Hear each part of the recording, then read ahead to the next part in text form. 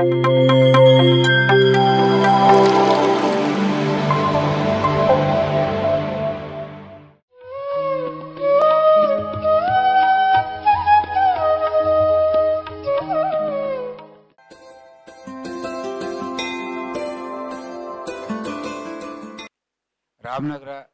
Pyramid ಧ್ಯಾನ ಕೇಂದ್ರದ 7ನೇ ವಾರ್ಷಿಕೋತ್ಸವದ ಅಂಗವಾಗಿ ವೇದಿಕೆ ನಿರ್ವಹಿಸಿರ್ತಕ್ಕಂಥ ಎಲ್ಲ ವಿವಿಧ ಜಿಲ್ಲೆಗಳ ಬಂದಿರತಕ್ಕಂಥ ಪಿರಮಿಡ್ ಮಾಸ್ಟರ್ಗಳಿಗೂ, ವೇದಿಕೆಯ ಮುಂಭಾಗದಲ್ಲಿ ಉಪಸ್ಥಿತಿರ್ತಕ್ಕಂಥ ಎಲ್ಲ ಆತ್ಮ ಬಂಧುಗಳಿಗೂ ನಾನು ಅಭಿನಂದನೆಗಳನ್ನು ಸಲ್ಲಿಸ್ತೇನೆ.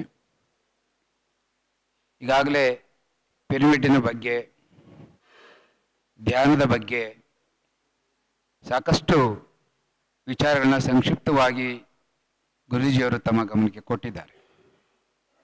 ವಿಶ್ವಕ್ಕಿಂತ ವಿಶಾಲವಾದುದು ಆತ್ಮ, ಸಕಲ ಜ್ಞಾನವು ಆತ್ಮದಲ್ಲಿ ಒದಗಿದೆ. ಯಾವ ವ್ಯಕ್ತಿ ಆತ್ಮಶೋಧನೆ ಆತ್ಮಚಿಂತನೆ ಮಾಡ್ತಾನೋ ಆತ ಮಾತ್ರ ಸಕಲ ಸಮಸ್ಯೆಗಳಿಗೂ ಪರಿಹಾರ ಹುಡುಕಬಲ್ಲ. ತನ್ನ ತಾನರಿಯದೊಡೆ ಜಗತ್ತನ್ನೇನರಿಯೇ. ಆದ್ದರಿಂದ ಮಾನವ ನಾನು ಯಾರು, ಈ ದೇಹ ಅಂದ್ರೇನು, ಮನಸ್ಸು ಅಂದರೆ ಏನು, ಜೀವ ಅಂದರೆ ಏನು, ಇವರ ಪ್ರಕ್ರಿಯೆಗಳು ಏನು ಎಂಬುದನ್ನು ಅರಿತುಕೊಂಡ್ರೆ ಆತ ತ್ರಿಕಾಲಜ್ಞಾನಿ ಆಗ್ತಾನೆ. ಅದರಿಂದ ಜಗತ್ತನ್ನು ಹರಿಯುವುದು ಅಂದರೆ ತನ್ನನ್ನು ತಾನು ಹರಿಯುವುದು. ತನ್ನನ್ನು ತಾನು ಹರಿಯುವುದು ಅಂದರೆ ತನ್ನೊಳಗೆ ತಾನು ಜೀವಿಸುವುದು. ತನ್ನೊಳಗೆ ತಾನು ಜೀವಿಸುವುದೆಂದರೆ ತನ್ನೊಳಗಿರ್ತಕ್ಕಂಥ ಏನು ಪ್ರಾಣಯಾಮ, ಆ ಪ್ರಾಣ ಎಂಬತಕ್ಕಂಥದ್ದು ಯಾನ, ಅದು ಹೊರ ಒಳಗೆ ಸುತ್ತುತ್ತಾ ಇದೆಯಲ್ಲ, ಆ ಪ್ರಾಣಯಾಮದ ಮೂಲಕ ನಿನ್ನ ಆತ್ಮವನ್ನು ಪ್ರವೇಶ ಮಾಡಿ ಅಲ್ಲಿ ಹಲವು ಜನ್ಮಗಳಿಂದ ಗುರೂಜಿಯವರು ಹೇಳಿದಾಗೆ 84 ಲಕ್ಷ ಜೀವರಾಶಿಗಳ ಜೀವನ ಪ್ರಕ್ರಿಯೆಗಳೆಲ್ಲವನ್ನ ಅರಿವುಳ್ಳಂಥ ಈ 6ನೇ ಅರಿವುಳ್ಳಂಥ ಮಾನವ ಆ ಒಳಗಿರ್ತಕ್ಕಂಥ ಆತ್ಮದಲ್ಲಿ ಅದೆಲ್ಲವನ್ನು ಗಮನಿಸು, ಅದೆಲ್ಲವನ್ನು ಅರಿತುಕೋ. ಅದನ್ನು ಅರಿತುಕೊಂಡ್ರೆ ಈ ಜಗತ್ತನ್ನು ನೀನು ಅರಿತುಕೊಂಡಾಗುತ್ತೆ.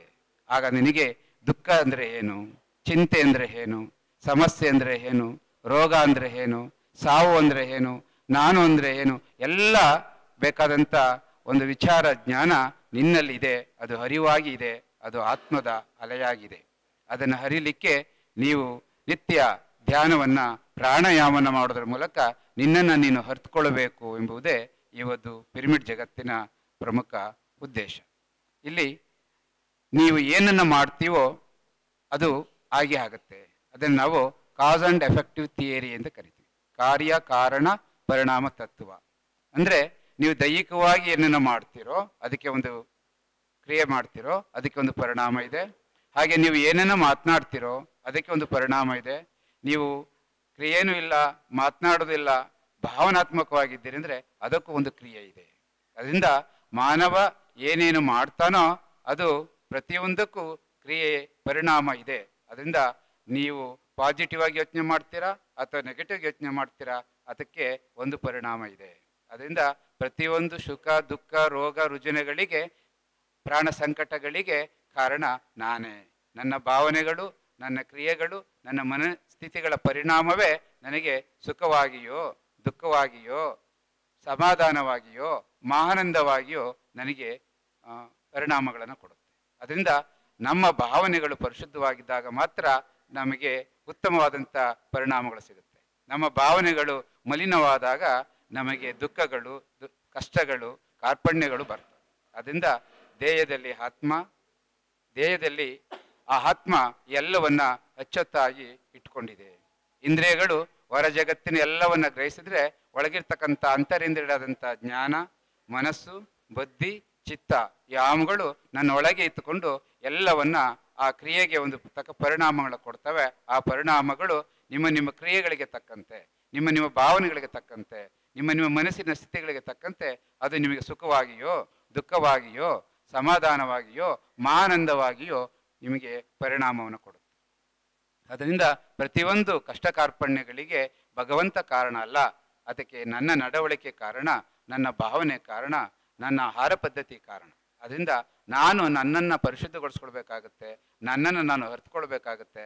ನನ್ನಲ್ಲಿ ನಾನು ಇರಬೇಕಾದ್ರೆ ನಿತ್ಯ 1 ಗಂಟೆಗಳ ಕಾಲ ದೇಹದ ಮೇಲೆ, ಮನಸ್ಸಿನ ಮೇಲೆ, ಜೀವದ ಮೇಲೆ, ವ್ಯಕ್ತಿಯ ಮೇಲೆ ವಸ್ತುವಿನ ಮೇಲೆ. ಹೀಗೆ ನೀವು ನಿತ್ಯ ಧ್ಯಾನವನ್ನು ಮಾಡ್ತಾ ಇದ್ದರೆ ಜಗತ್ತಿನಲ್ಲಿರ್ತಕ್ಕಂಥ ಎಲ್ಲ ಜ್ಞಾನವು ನಿನ್ನ ಒಳಗಡೆ ಹರಿವಾಗಿ ನಿಮಗೆ ಅದಕ್ಕೆ ತಕ್ಕ ಪರಿಣಾಮವನ್ನು ಕೊಡ್ತದೆ.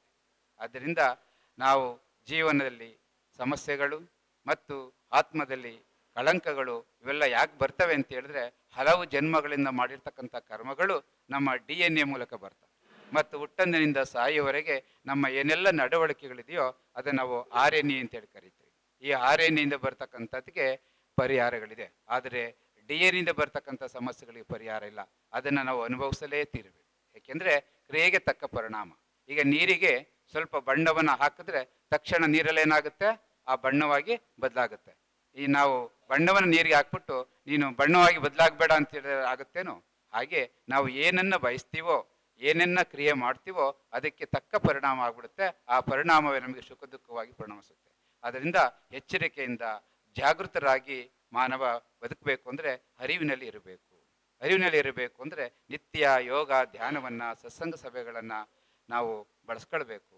ಅಂಥ ಒಂದು ಅದ್ಭುತವಾದಂಥ ಧ್ಯಾನ ಕೇಂದ್ರವನ್ನು ಪೊಲೀಸ್ ಇಲಾಖೆಯಲ್ಲಿ ಇದ್ದಂಥ ಕೃಷ್ಣಪ್ಪನವರು ರಾಮನಗರದಲ್ಲಿ ನಿವೃತ್ತಿಯಾಗಿ ಬಂದ ಮೇಲೆ ಇವತ್ತು 7ನೇ ವರ್ಷದ ವಾರ್ಷಿಕೋತ್ಸವದಲ್ಲಿ ಅವರು ನಾವೆಲ್ಲ ಭಾಗವಹಿಸಿದ್ದೀವಿ.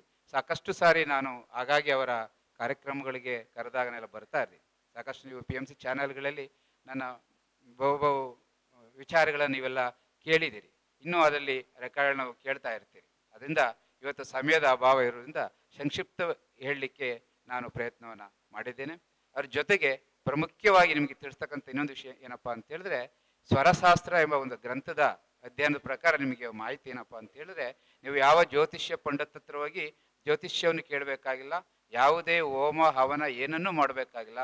ನಿತ್ಯ ನಿಮ್ಮ ಉಸಿರಾಟವನ್ನು ಗ್ರಹಿಸಿದ್ರೆ, ಅಂದರೆ ಚಂದ್ರಮಾನ ಯುಗಾದಿಯ ಪ್ರಾರಂಭದಿಂದ ಹಿಡಿದು ಏನು ನವಮಿ ಶ್ರೀರಾಮನವಮಿ ಬರುತ್ತೋ ಅಲ್ಲಿಯವರೆಗೆ ಎದ್ದ ತಕ್ಷಣ ನಿಮ್ಮ ಉದಯ ಕಾಲಕ್ಕೆ ನಿಮ್ಮ ಶ್ವಾಸವನ್ನು ಗಮನಿಸ್ತಕ್ಕಂಥ ಆ ನವಮಿಯವರೆಗೂ ಶ್ವಾಸದಲ್ಲಿ ಏನಾದರೂ ನಿಮಗೆ ಚಂದ್ರನಾಡಿ ಆಡಿಲ್ಲ ಅಂತ ಹೇಳಿದ್ರೆ ಆ ದಿವಸ ನಾವು ಈ ದೇಹವನ್ನು ಬಿಡ್ತೀವಿ ಅಂತೇಳಿ ಖಚಿತ ಅಂತೇಳಿ.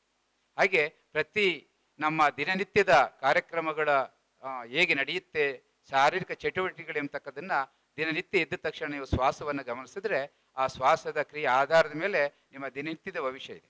ನಿಮ್ಮ ಮಾಸಿಕ ಭವಿಷ್ಯ ಇರ್ಬೋದು, ವಾರ್ಷಿಕ ಭವಿಷ್ಯ ಇರ್ಬೋದು, ಜೀವನ ಭವಿಷ್ಯ ಎಲ್ಲವೂ ನಿಮ್ಮ ಒಂದು ಉಸಿರಾಟದ ಮೇಲೆ ನಿಂತಿದೆ. ಅದು ಅರಿವಾಗಿ ಒಳಗೆ ಇರೋದ್ರಿಂದ ನಿಮ್ಮ ಎಲ್ಲ ಭಾವನೆಗಳಿಗೆ ಕ್ರಿಯೆಗಳಾಗಿ ಅದು ಕೊಡ್ತದೆ. ಅಂತ ಅದ್ಭುತವಾದಂಥ ವೇದ ಉಪನಿಷತ್ತುಗಳು, ಶ್ರುತಿ ಸ್ಮೃತಿಗಳು, ಪುರಾಣ ಗ್ರಂಥಗಳು ಏನೆಲ್ಲ ಇದೆಯೋ ಅವೆಲ್ಲವೂ ವೈಜ್ಞಾನಿಕವಾಗಿ ಸತ್ಯವಾಗಿದೆ. ಆದರೆ ಅದನ್ನು ಹೇಳ್ತಕ್ಕಂಥವ್ರಲ್ಲಿ ದೋಷ ಇರೋದ್ರಿಂದ ಜನಗಳಲ್ಲಿ ಅಪನಂಬಿಕೆ ಬರ್ತಾ ಇದೆ. ಅದರಿಂದ ಎಲ್ಲ ಮಹಾಗ್ರಂಥಗಳು, ಸಾಹಿತ್ಯಗಳು, ಭಾಷಾ ಉಪನಿಷತ್ತುಗಳು ಎಲ್ಲವೂ ವೈಜ್ಞಾನಿಕವಾಗಿದೆ. ಆದರೆ ಅದನ್ನು ಹೇಳ್ತಕ್ಕಂಥವ್ರಲ್ಲಿ ದೋಷ ಇರಬಹುದು.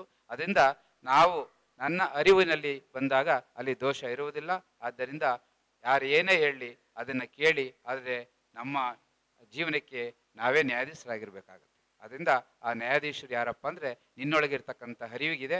ಆ ಅರಿವಿನ ಚೌಕಟ್ಟಿನಲ್ಲಿ ನಾವೆಲ್ಲ ಬದುಕಿದಾಗ ಮಾತ್ರ ನಾವು ಸುಖ ಶಾಂತಿ ನೆಮ್ಮದಿ ಬದಲಿಕ್ಕೆ ಸಾಧ್ಯ. ಅದರಿಂದ ನಾವು ಏನಾರು ಅರ್ಥಕೊಳ್ಬೇಕು ಅಂದರೆ ನಿತ್ಯ 1 ಗಂಟೆ ಅಂತರ್ಮುಖಿಯಾಗಿ ಧ್ಯಾನ ಮಾಡೋದನ್ನು ಅರ್ಥಕೊಳ್ಬೇಕು ಎಂಬತಕ್ಕಂಥ ವಿಚಾರವನ್ನು ತಮ್ಮ ಗಮನಕ್ಕೆ ಕೊಡುತ್ತಾ ಈ ಸಂದರ್ಭದಲ್ಲಿ ತಮ್ಮನ್ನು ಕುರಿತು ನನ್ನ ಅನುಭವ ಚೌಕಟ್ಟಿನಲ್ಲಿ ಕೆಲವು ವಿಚಾರಗಳನ್ನ ಹಂಚಿಕೊಳ್ಳಿಕ್ಕೆ ಅವಕಾಶ ಮಾಡಿಕೊಟ್ಟಂಥ ರಾಮನಗರ ಪಿರಮಿಡ್ ಧ್ಯಾನ ಕೇಂದ್ರದ ಸಂಸ್ಥಾಪಕರಾಗಿರ್ತಕ್ಕಂಥ ಕೃಷ್ಣಪ್ಪನವ್ರಿಗೂ, ವೇದಿಕೆ ಮೇಲೆ ಉಪಸ್ಥಿತರ್ತಕ್ಕಂಥ ಪ್ರೇಮಜಿಯವರಿಗೂ ಮತ್ತು ಗುರೂಜಿಯವರಿಗೂ ಹಾಗೂ ಎಲ್ಲ PMC ಚಾನೆಲ್ನ ಮುಖಂಡರು, ಆತ್ಮಬಂಧುಗಳಿಗೆ ನಾನು ತುಂಬ ಹೃತ್ಪೂರ್ವಕ ವಂದನೆಗಳನ್ನು ಸಲ್ಲಿಸ್ತೇನೆ. PMC ಕನ್ನಡ ಚಾನೆಲ್ ಅನ್ನು ಲೈಕ್ ಮಾಡಿ, ಶೇರ್ ಮಾಡಿ, ಸಬ್ಸ್ಕ್ರೈಬ್ ಮಾಡಿ ಮತ್ತು ಮಾಡಿಸಿ. ಎಲ್ಲರಿಗೂ ಧನ್ಯವಾದಗಳು.